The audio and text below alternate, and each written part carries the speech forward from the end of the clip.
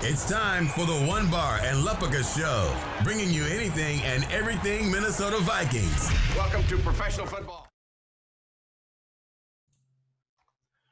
All right, welcome back to the One Bar and Lupica Show. I'm One Bar, and in today's episode, we are talking offensive line in the NFC North. We're going to be ranking every offensive line in the NFC North, worst to first. Before we get into that, remember, subscribe to the One Bar and Lupica Show. Like the videos.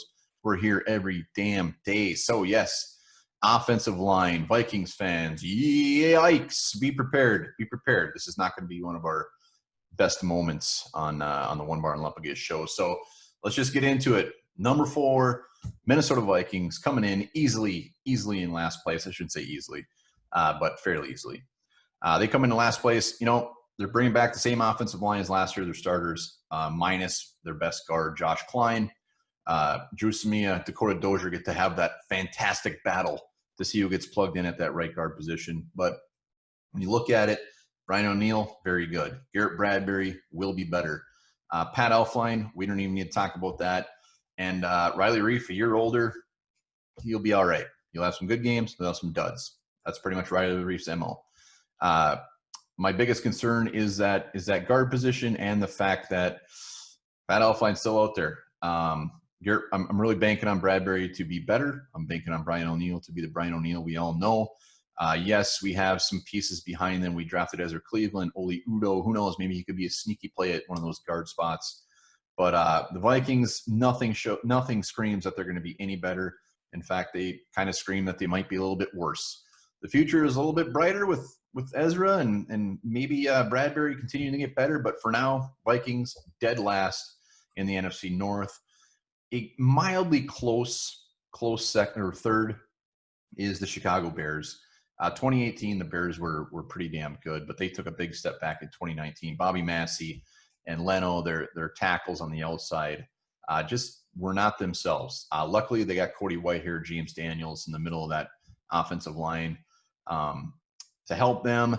They did sign Jermaine Ifedi from the Seattle Seahawks. Kyle Long did retire, so they got some question marks, but I expect those tackles to have a bounce back year, and I think the Bears' offensive line will be better. Not that it matters because they're blocking for Mitchell Trubisky. But that's enough of that. Let's get into the good of the NFC North and the Lions coming in at number 2. The Lions, they don't get the love that they should when it comes to offensive line. Maybe it's because the record, maybe it's because they're usually not very good, but they got a pretty good offensive line. They got Taylor Decker on the outside.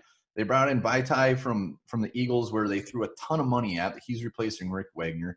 So he's got a lot of pressure there to live up to that big old contract, but he'll be pretty good. In the middle, they got Frank Ragnow, Joe Dahl. They brought in some youngsters themselves with Jonah Jackson, Logan Stenberg. So the Lions, they will be easily the number 2, and I wish we had that offensive line. We don't, so I'm not even going to think about it anymore. But Lions, underrated, don't get the love they should when it comes to offensive line, and they will be good. So here's the painful part. The number 1 offensive line in the NFC North, easily the Green Bay Packers. I mean, you got to hand it to the Packers. They have one of the best offensive lines, not only in the NFC North, but in the NFC. Bakhtiari, one of the best pass blocking tackles in the league, no doubt. They did bring in Ricky Wagner, who wasn't overly great in Detroit, but he's still fine. He replaces long-timer Brian Bulaga on the right side. Billy Turner, not great, but again, not horrible.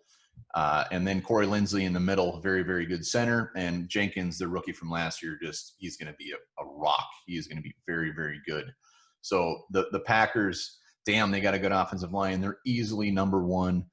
They signed some late guys in this draft too. Not signed. They drafted some late guys in this draft. They got John Runyon. Who doesn't want John Runyon Jr. on their team? And Jake Hansen. So that was a little painful to see them go to the Packers. But Green Bay, easily number 1. We're going to have to come back around and do a position where the Vikings are a little bit higher than last, because that was a little painful. So remember, tune into the One Bar and Lupica Show here every damn day, and we'll be back soon.